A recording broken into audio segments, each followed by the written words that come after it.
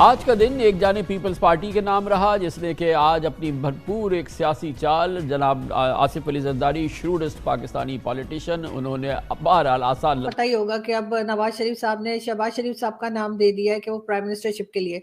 लेकिन उससे भी ज्यादा इंटरेस्टिंग न्यूज वो मैंने आज देखी ट्विटर के ऊपर कि मोदी जी ने यूएई में जाके अरेबिक में जो है वो एक स्पीच दी है या एड्रेस किया थोड़ा सा।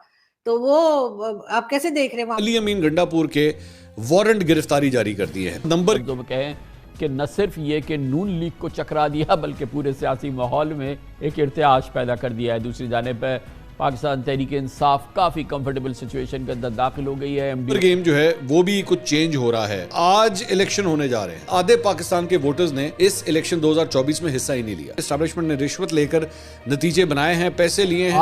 आज मोदी साहब ने एक और चीज को वहां पे प्रमोट किया है, भारत मार्ट को।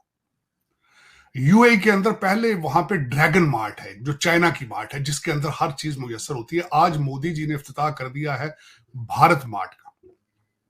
अरबों अरबों रिश्वतें कमाई हैं। कल सोशल मीडिया के ऊपर काफी एक कंट्रोवर्सी चलती रही, प्रोग्राम तो बढ़ गया।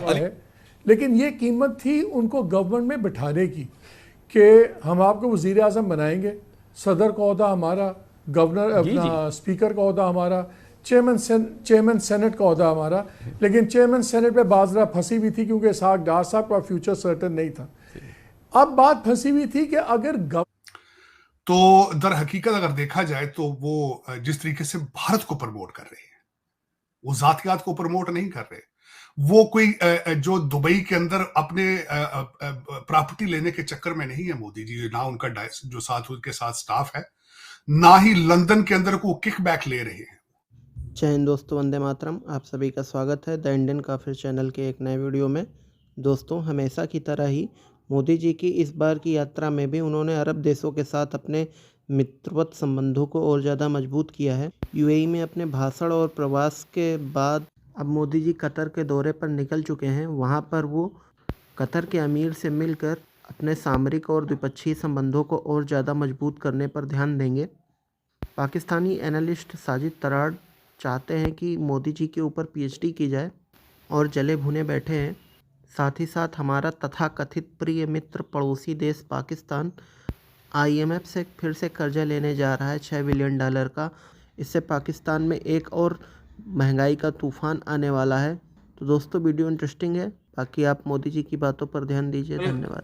सब्सक्राइब करें और मेरे हर अपडेट आपको मिले, इसके लिए बेल आइकन जरूर दबाइएगा। प्रेसिडेंट सेट कर रहे हैं दूसरे लोगों के लिए।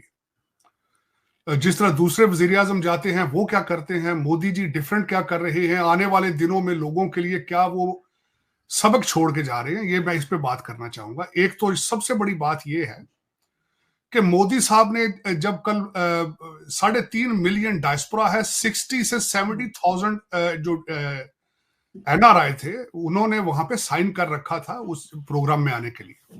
वो वहां पे गए और फिर उसके बाद उन्होंने फिर दोबारा वही बात की, भारत की करेंसी को प्रमोट करने की, यूपीआई को प्रमोट करने की। उन्होंने एक कार्ड वहां पे इंट्रोड्यूस कराया, रुपया, जिससे भारतीय करेंसी प्रमोट होगी। एक तो ये बहुत बड़ी सिग्निफिकेंट बात है। दूसरा, उसके बाद उन्होंने मंदिर के लिए लेसन है, बिलखसूस डेवलपिंग कंट्री जो तरक्की करने की ख्वाहिश रखते हैं। कुछ कंट्री तो ऐसे हैं जो ख्वाहिश ही नहीं रखते ना, जिस कंट्री में आप बैठी हैं, आपकी तरक्की की ख्वाहिश नहीं है।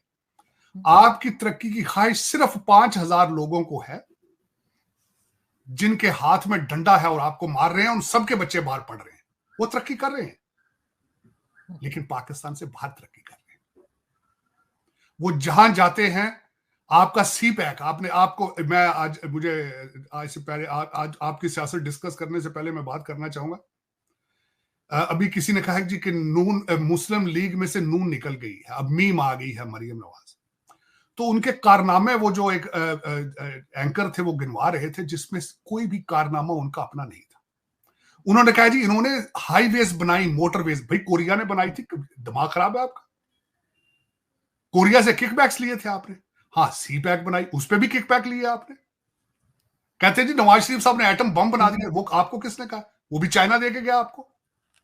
पाकिस्तान में ढंग की साइकिल नहीं बना सकते आप, कहते हैं आपने एटम बम बना लिए।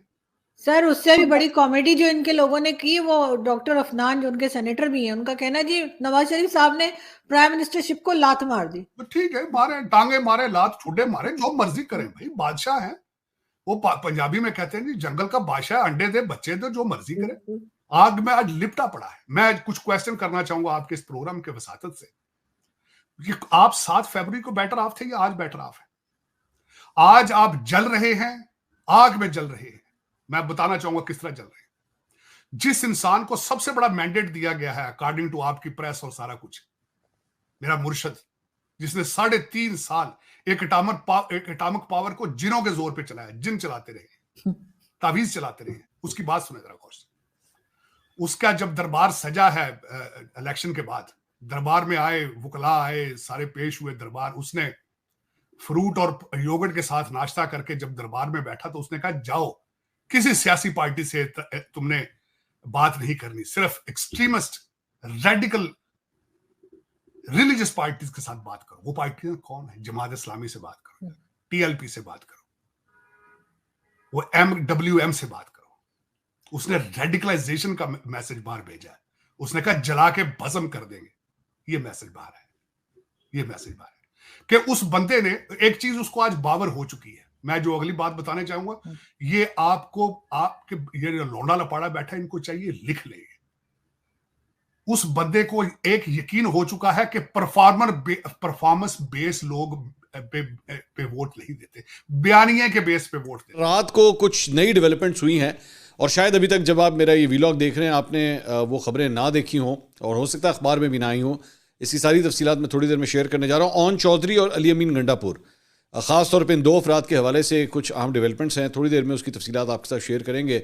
इसके साथ साथ नंबर गेम जो है वो भी कुछ चेंज हो रहा है, उसकी भी बात करेंगे। गैस की कीमतों में इजाफे की तजवीज़ जो है वो दी गई है, इस पर गौर किया जा रहा है।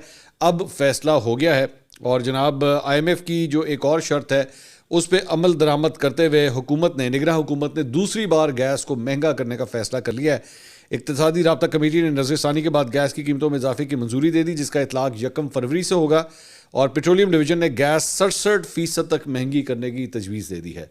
तो निगरान हुकूमत जाते जाते भी जो है वो बुरकस निकाल के जा रही है IMF की वजह से। और घरेलू सार्फिन के लिए गैस की कीमत में सबसे ज़्यादा इजाफा मांगा गया था। ये गैस की कीमतों में एक साल में टोटल 30 दफ़ा इजाफा रिकॉर्ड किया है। सर्दियों में जारी बात है फिर ये तकलीफ होगी। दूसरा, वजारत ख़जाना ने जनाब IMF से मज़ीद $6 अरब कर्ज लेने की तैयारी कर ली है। तो $6 अरब का पैकेज जो है उसके ऊपर IMF के साथ बातचीत होगी। शहबाज शरीफ साहब ऑलरेडी अनाउंस कर चुके हैं कि जैसे ही हुकूमत हम संभालेंगे तो सीधा IMF के पास हमने जाना है और IMF से जो है एक नए पैकेज के लिए डील करनी है। तो जियो ने रिपोर्ट किया है कि जी ज़राए के मुताबिक नया प्रोग्राम 3 साल के लिए होगा और उसका नाम एक्सटेंडेड फंड फैसिलिटी प्रोग्राम रखा जाएगा। IMF के साथ नए कर्ज प्रोग्राम के लिए मुज़ाकरात दूसरे इक़्तिसादी जायज़ा के साथ होंगे।